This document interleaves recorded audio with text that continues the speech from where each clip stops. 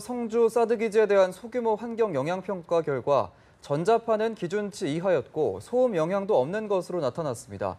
하지만 주민들과 환경단체는 더 엄밀한 전략 환경 영향 평가가 필요하다는 입장이어서 논란은 지속될 것으로 보입니다. 네, 관련 내용을 전문가 두 분 모시고 살펴보겠습니다. 신범철 국립외교원 교수, 양욱 한국국방안보포럼 수석 연구위원과 함께합니다. 어서 오십시오. 어서 오십시오. 네, 안녕하십니까. 네. 자, 일단 성주 기지 내에서 사드에 대한 전자파 그리고 소음 측정 결과 모두 기준에 못 미치는 것으로 나타났는데 이번 조사 결과에 대한 의미 설명해 주시죠. 예, 그러니까 저희가 처음에 사드 이야기할 때 이게 사실 괴담 수준으로 이게 확대됐잖아요. 예. 근데 실제 측량 결과 전자파 같은 경우는 제곱미터당 10와트 이하면 되는데 100m에서도 0.046와트, 그러니까 기준치에 200분의 1밖에 나오지 않았다고 하고 한 700m 정도 떨어지면은 그게 뭐 600분의 1밖에 안 되는 그런 수준이니까 예. 전자파는 전혀 문제가 없는 거고요. 소음 같은 경우에는 50데시벨이 기준이라고 합니다. 근데 뭐 100m에서는 살짝 넘더라고요. 51.9데시벨이 나왔는데 700m 정도로 가면 47로 떨어지고 사실 민간인이 사는 마을은 2km 정도 떨어져 있으니까 전혀 문제가 없는 거죠. 예. 따라서 뭐 전자파와 소음 부분은 환경 영향 평가에 있어서 전혀 문제가 되지 않는다. 그게 이번 결과라고 생각합니다. 예. 네, 그런데 사실 주민분들은 여전히 반발하고 있는 상황인데 네. 이 전자파와 소음 두 가지 기준만 충족하면은 사드 자체는 문제가 없는 겁니까?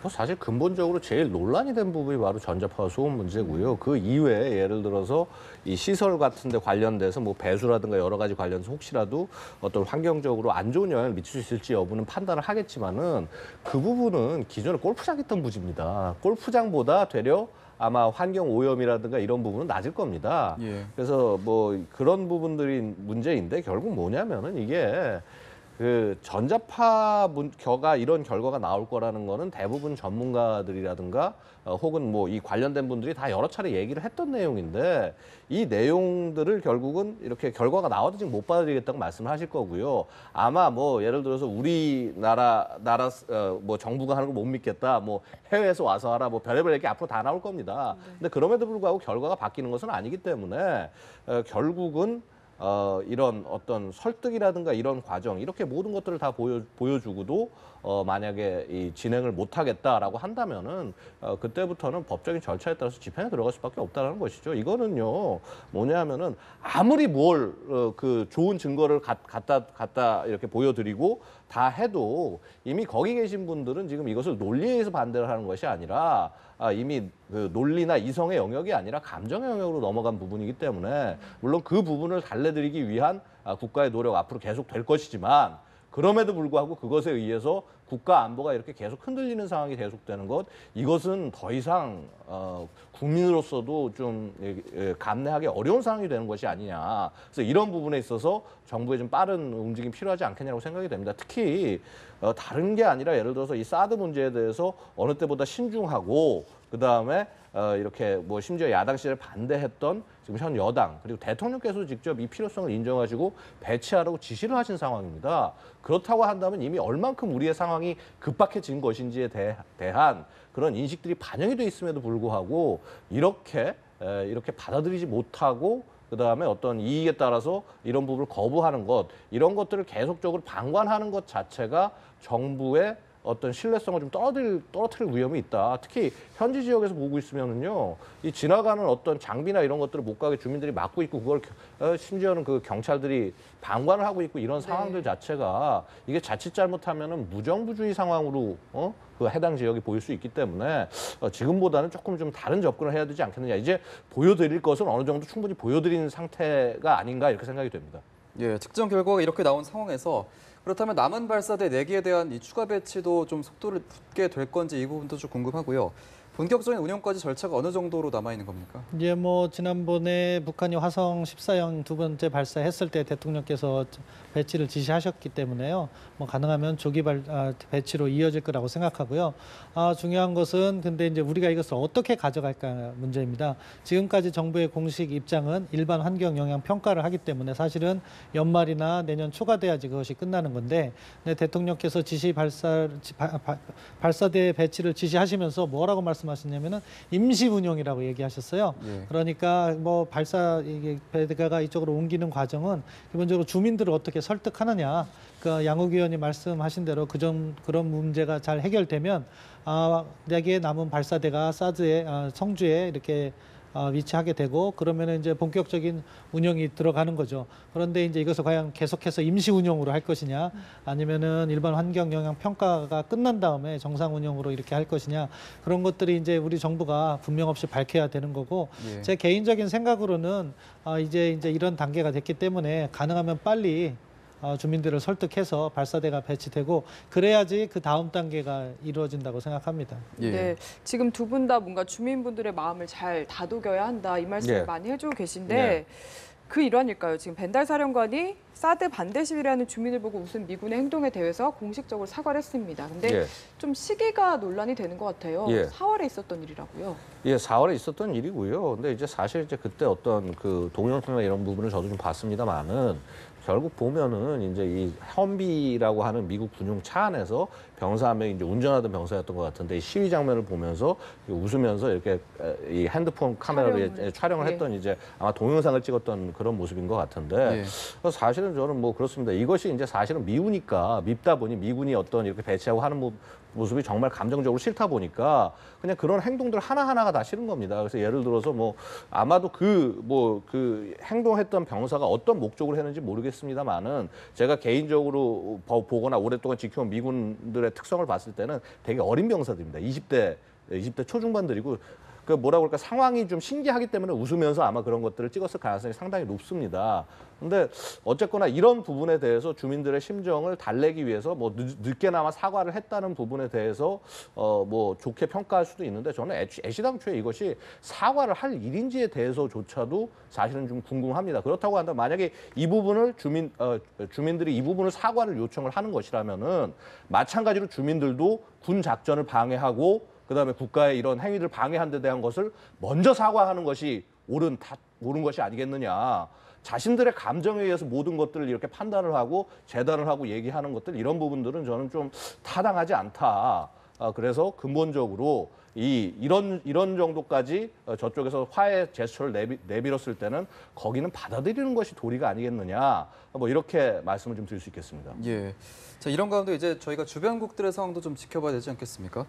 이렇게 추가 배치가 속도를 내게 될 경우에 주민들 반발뿐만 아니라 또 중국의 반발도 커질 수밖에 없는 상황인데 중국의 이 외교 맞설 가능성에 대한 해법은 좀 어떻게 전망하십니까? 예, 말씀하신 대로 중국은 계속해서 반대를 할 겁니다. 더군다나 이 발사대가 이제 성주 기지로 옮겨져서 완전히 갖추어진다면은 중국의 반응은 더욱더 거세질 거라고 생각합니다. 그럼에도 불구하고 이것을 장기적으로 놓고 볼 때 이 사드 문제를 둘러싼 한중 관계의 해법은 결국에는 우리가 사드를 배치해야 된다는 전제하에서는 배치가 이루어진 다음에 출구 전략이 이제 만들어질 수 있는 거거든요.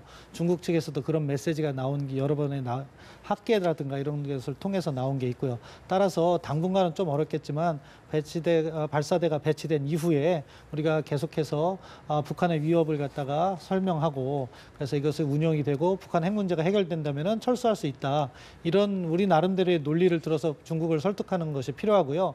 중국의 입장에서도 저희가 이해해야 될 부분이 한중 관계를 파탄시키는 건 시진핑 정부에도 좋지가 않습니다. 따라서 중국 입장에서도 이 문제를 어떻게 관리해야 될 필요성이 있기 때문에 우리가 너무 저자세일 필요는 없다고 생각하고요. 우리도 당당하게 우리의 안보 위협을 이야기하고 한중 관계를 위해서 우리가 해줄 수 있는 것들을 이야기하고 그것은 북한의 핵 문제 해결이면은 사드가 뭐 철수된다든가 아니면 사드를 정말 요격 모드로 해서 중국의 이익을 보호한다든가 그런 부분에 약속은 해줄 걸 해주면서도 우리 이야기는 당당히 하는 그런 자세가 필요하다고 생각합니다. 네, 네. 이 해법 부분이 정말 어려운 것 같아서 한 번 더 질문을 드리고 싶은데 예. 사실 우리가 그동안 우리의 자주 국방적인 문제, 안보 위협에 대해서 많이 이야기를 했는데 전혀 통하지 않고 있거든요. 예. 그건 마찬가지입니다. 왜냐하면 중국도 지금 중국이 얘기하는 것은 자국의 안보 이익에 어긋난다는 얘기를 하고 있지 않습니까? 도대체 그 안보 이익이 무엇인지에 대해서 중국은 정확하게 얘기하지 않고 있습니다. 하지만 우리가 추정해 볼 것은 몇 가지가 있습니다. 중국 상황에 있어서는 사실 뭐냐 하면은 북한이 핵미사일 쏘고 뭐하고 하는 것에 대해서 국제 제재를 하기로 했는데 국제 제재 구멍이 상당 부분 중국에서 뚫려 있습니다. 그 다음에 예를 들어서 지금 미사일을 발사한 건 북한인데 그것을 막기 위해서 그러니까 방어용 미사일을 갖다 오는 대한민국에 대해서 보이지 않게 경제 제재를 하고 있다. 그래서 해외에서 보면은 롱 코리아, 엉뚱한 한국을 중국이 제재하고 있다라는 얘기까지 나오고 있습니다. 이쯤 된다면은 중국의 어떤 전략적 목적 자체가 과연 그 북한의 핵을 막는 것보다는 한국의 어떠한 좀 강력한 무기 체계가 들어오는 것 자체, 그게 심지어는 방어용이라고 하더라도 이것 자체가 자국의 이익에 반한다라는 얘기가 되는 것이거든요. 이게 뭐 그 배후에 미국이 있건 없건 간에 이게 뭐냐면 이걸 한번 받아들이기 시작하면은 앞으로 대한민국은 전략적 성격을 가진 무기 체계는 아무것도 도입할 수 없게 된다는 거죠. 그래서 이러한 부분들을 굉장히 좀 심각하게 현 정부도 받아들여야 된다고 보고요. 그래서 왜냐하면 한 나라의 안보 이익은 절대 타국이 지켜주지 않습니다.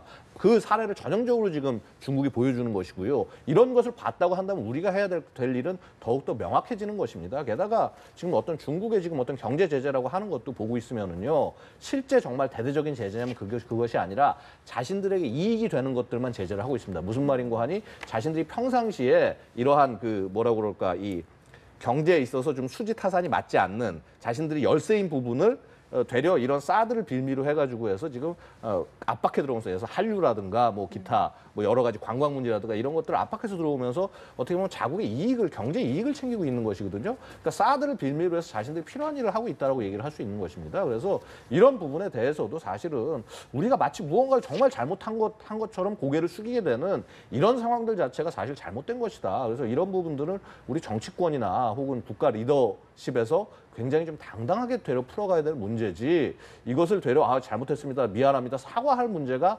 아니다.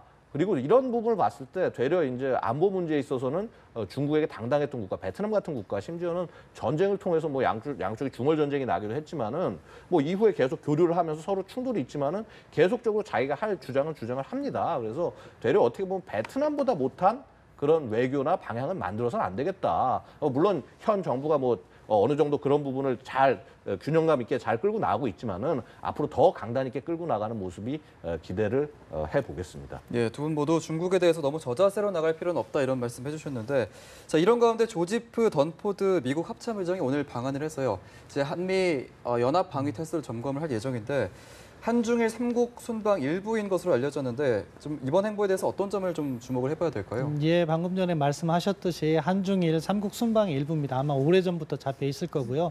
그런데 지금 상황이 한반도에서 군사적 긴장 가능성이 고조되고 있기 때문에 군사 대비 태세 점검에 중점을 둘 것 같습니다. 예. 따라서 뭐 미측 합참의장과 우리 이순진 합참의장이 서로 카운터파트이기 때문에 이러한 한반도 상황에 대한 위협 인식을 갖다가 공유하고 북한이 어떠한 형태의 도발을 해올 경우 한미가 어떻게 협력해 나가자 이런 쪽으로 한국과 미국 간에 협조를 할 겁니다. 동시에 또 여기에는 연합사령관이 있잖아요. 이 연합사령관은 또 미국의 작전 계통으로는 미국 대통령, 미국 합참의장 그리고 연합사령관으로 이어지는 작전 개선이 있습니다. 따라서 북한의 위협 시나리오별 대응 태세를 보고를 받을 겁니다. 거기에서 합참 차원의 뭐 어떤 이렇게 코멘트라든가 해서 지금 한반도 상황을 어떻게 안정시킬 것인가 그리고 북한이 군사적인 도발을 해왔을 때 어떠한 도발을 그 대응하기 위한 어떠한 조치를 할 것인가 그런 것을 점검하고 갈 거라고 생각합니다. 네, 예. 지금 저희가 한중 그리고 한미 이야기를 해봤는데 이 미중 간에 지금 접촉도 있는 것 같습니다.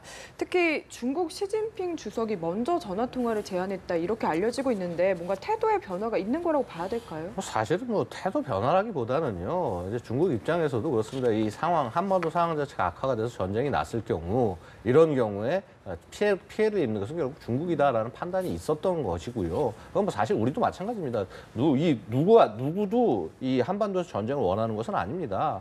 그런데 이제 다만 지금 예를 들어서 그 최근에 계속 얘기가 있죠. 뭐 트럼프 대통령의 이제 뭐 화염과 분노 발언이라든가 네. 김정은이 뭐 괌을 향해서 미사일 쏘겠다든가 이러한 식으로 지금 상황이 격화되고 있기 때문에 이 부분들을 최대한 좀 뭔가 안정시켜보고 자신들이 얘기하는 소위 균형자로서의 역할을 하겠다라는 그런 어떤 일환이 아니겠느냐. 사실 보면 이 북한과 관련된 상황에서 대화로 모든 걸 해결해야겠다라고 끌고 가는 것은 중국이었지 않습니까? 육자회담도 사실은 어떻게 보면 중국의 주도로 해서 시작이 된 것인데 이 부분이 이제 그렇습니다. 우리가 이제 육자회담이라든가 이런 부분하고 같이 지금 연결해서 말씀드리면요. 사실은 육자회담을 시작한 것도 중국의 역할을 믿었기 때문에 우리가 육자회담을 하는 것입니다. 그래서 뭐냐면 대화로 해결을 할 수 있다. 그리고 대화를 해결하는 데 있어서 중국이 충분히 기여를 하고 역할을 할 수 있다라는 것을 믿기 때문에 회담 당사자에 집어넣고 같이 육자회담을 하는 것인데 그런데 지금 아시다시피 육자회담이라는 것이 계속 지지부진되고 지금 안 한 지 거의 한 8년 정도 됐나요?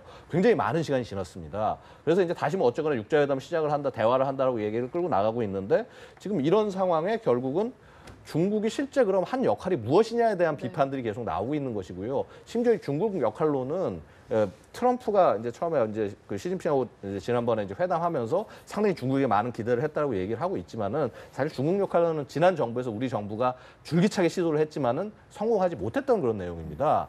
그래서 결국 그런 부분에 대한 어떤 반성적인 그 시각들 혹은 아니면 애초에 중국 역할론에 대한 큰 기대가 없었지만은 한번 기회를 준 것일 수도 있는 것이고요. 어쨌거나 지금 상황 자체가 대화를 풀긴 대화를 풀어야겠지만은 중국과 같은 식의 무조건 대화로만 된다라는 식의 접근은 사실은 좀 문제가 아니겠느냐라는 것이 미국이 칼을 뽑아들게 된 계기가 아닌가 생각이 됩니다. 그래서 그러다 보니까 소위 이제 이 중국의 가장 약점이라고 할 수 있는 경제, 즉 무역, 이 불공정의 이런 부분을까지 들고 나오면서 압박에 들어가고 있는 것이 아닌가 생각이 됩니다. 예. 말씀해 주신 것처럼 이제 미국이 중국의 무역 관행을 조사하겠다 이렇게 방침을 밝혔는데 과연 이런 압박 카드가 좀 중국을 움직이게 하는 데 좀 효과가 있을 거라고 좀 보십니까? 어떻게 보세요? 시진핑 주석 입장에서는 상당히 고민은 될 겁니다. 왜냐하면은 지금 자기는 당대회를 앞두고 있거든요. 거기에서 자기 집권 기반을 튼튼히 해야 되는 문제가 있는데 미국과 중국의 경제 전쟁이 벌어져서 상황이 악화되면은 자기의 그러한 지배력을 강화하는 데 도움이 되지 않거든요. 따라서 물밑에서 타협이 있을 거라고 생각하는데 지금 중국 측 입장은 그래요. 사실은 미국이 수포 301조를 발동을 하려고 하잖아요.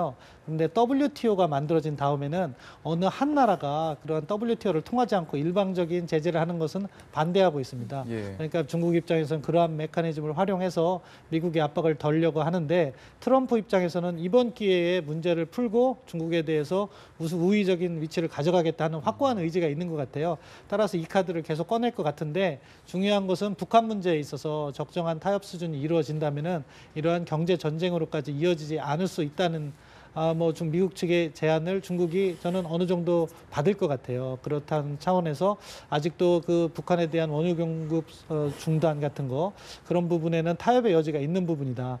만약 시진핑이 그런 정도로 타협하지 않거나 또는 중국 입장에서 원유 송출 중단을 갖다가 이렇게 공식적으로 발표하기에는 자기들의 체면이 손상된다. 이런 느낌이 있을 때는 뭐 기존의 제재 조치를 정말로 완벽하게 이행한다거나 하는 조금 더 진일보된 성의 표시 이런 것들이 이루어지면 미국 측에서도 그거로 약간 톤을 다운해서 어느 정도 타협이 이루어지지 않을까 생각합니다. 아무튼 현재로서는 알 수가 없습니다. 왜냐하면 미국이 과연 그 정도 조치까지 갈 것인가.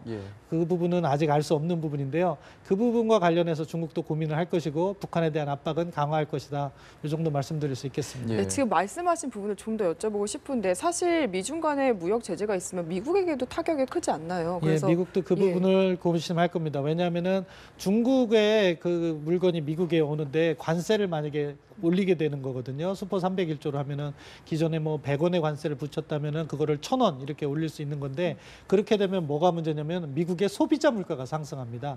그러다 보면 미국 경제 문제가 악화될 수가 있고 또한 중국과 거래하는 미국 기업도 손해를 입게 되죠. 그래서 뭐 세컨더리 보이콧 나올 때도 그런 문제가 제기됐고 이번에 수포 301조도 마찬가지로 그 부분이 제기돼서 미국도 발동을 하기는 쉽지 않은 측면이 있는데 그럼에도 불구하고 지금 미국 그 조야를 살펴보면은 북한의 핵위협에 대해서 인식이 상당히 고조되고 있습니다. 그래서 뭐 북한과 전쟁 날 가능성이 있다, 핵전쟁 날 가능성이 있다고 믿는 국민들이 80%에 달하는 그런 문제가 있기 때문에 트럼프는 다른 한편으로는 정치인이잖아요. 따라서 자기의 입지를 강화하기 위해서 그런 부분을 이렇게 다듬으면서 내가 안보를 튼튼히 한다 하는 입장을 또 내세울 수도 있기 때문에 따라서 뭐 미국 내부적으로 어려움을 감수하고도 이 문제를 강행할 가능성은 여전히 살아있다 그렇게 말씀드릴 수 있겠습니다. 자, 이런 가운데 이제 미국 언론들이 앞에서도 말씀해 주셨듯이 이제 트럼프 대통령이 강경 발언을 쏟아냈고 북한이 이어서 이제 괌을 포위 사격하겠다 이런 위협을 내놓은 상황인데 이제 이런 상황에 이어서 이제 미국이 북한을 선제 타격할 것이다라는 시나리오도 좀 나오고 있는데 이 가능성은 얼마나 보세요? 자, 일단은 이런 얘기가 나오는 것은 트럼프 얘기가 세진 것은요. 일단 지적해야 될 거는 북한의 행태 자체가 이미 도를 넘었기, 레드라인을 넘어도 진작에 넘었기 때문에 지금 나오고 있는 것이고요. 예. 특히 군사적 행동 언급이 왜 됐냐면 이제 이게 아마 그저께인가 이제 트럼프가 트위터에도 쓴 얘기가 있습니다. 네. 뭐냐면 북한이 잘못된 현명하지 않은 선택을 한다면 모든 군사적 옵션 이미 다 준비돼 있다. 그래서 그러니까 다른 옵션을 생각해봐라, 정은아, 이런 식으로 이제 그 트위터를 쓴 적이 있는데 뭐냐 하면 결국은 북한이 어떻게 행동하냐에 달려 있다. 즉 북한이 괌에 만약에 사격을 한다고 하면은요, 미국이 어떻게 받아들일 것이냐의 문제인데요. 이게 아무리 포위 사격의 문제가 아니라 결국 그 방향으로 날아오면은 각도만 조금 틀면은 괌 본섬으로 떨어질 수 있는 것이고요. 그 다음에 지금 괌에 대해서 예를 들어서 괌주에서 주 정부에서 어떻게 하냐면 지금 이제 미사일 공격 시에 그 대피 요령, 대처 요령을 가르쳐주고 있습니다. 근데 그 내용을 보고 있으면요, 이 내용이 핵 전쟁에 대비한 내용입니다. 섬광을 보지 말라거나 대피소 안에 들어가 있으라고 하거나, 이건 뭐냐 하면은요, 북한의 미사일 공격을 이제 핵 공격으로 바라보겠다라고 미국이 얘기하고 있는 겁니다. 그럼 이 얘기는 뭐냐면 북한이 미사일을 쏘면은 미국은 핵 보복을 할 수밖에 없는 상황이 된다는 것이고요. 예. 그것이 핵이 들어있건 들어있지 않건 간에 굉장히 지금 강한 메시지를 북한에게 보내고 있음에도 불구하고 북한이 만약에 괌 쪽에 사격을 한다. 그럼 이거는 당연히 선제 타격이 될 수밖에 없다는 것이죠. 그래서 그러한 부분들을 굉장히 좀 엄중히 바라봐야 된다. 그다음에 우리도 뭐 이것이 당연히 대한민국 한반도에 전쟁 나기를 바라질 않고, 그다음에 만약에 어떤 그러한 미국의 공격이 있을 때는 뭐 대한민국의 입을 피해 이런 것들을 걱정할 수밖에 없는 상황이긴 하지만은 어쨌거나 이런 잘못된 행동과 이런 부분에 대해서 어떻게 대응을 해야 될지 사실 우리 정부도 우리 국민도 지금 한번 스스로 심각하게 고민을 해보고 대비 태세를 갖춰야 될 상황이 아닌가 저는 이렇게 생각합니다. 네. 예. 마지막으로 하나만 더 질문 드리고 싶어요. 괌 포위 사격 관련해서 지금 북한의 능력치인데요. 원래는 뭐 핵미사일 탑재 능력을 인정한다고 했다가 최근에 또 재진입 기술 자체는 최근 실험이 실패한 것 같다. 이런 한미일 3국 간의 그런 합의가 있었더라고요. 이제 저희가 구분해서 봐야 될 게, 북한이 괌을 포위 사격하겠다는 것은 화성 12형이고요. 그건 중장거리 미사일이고, 예.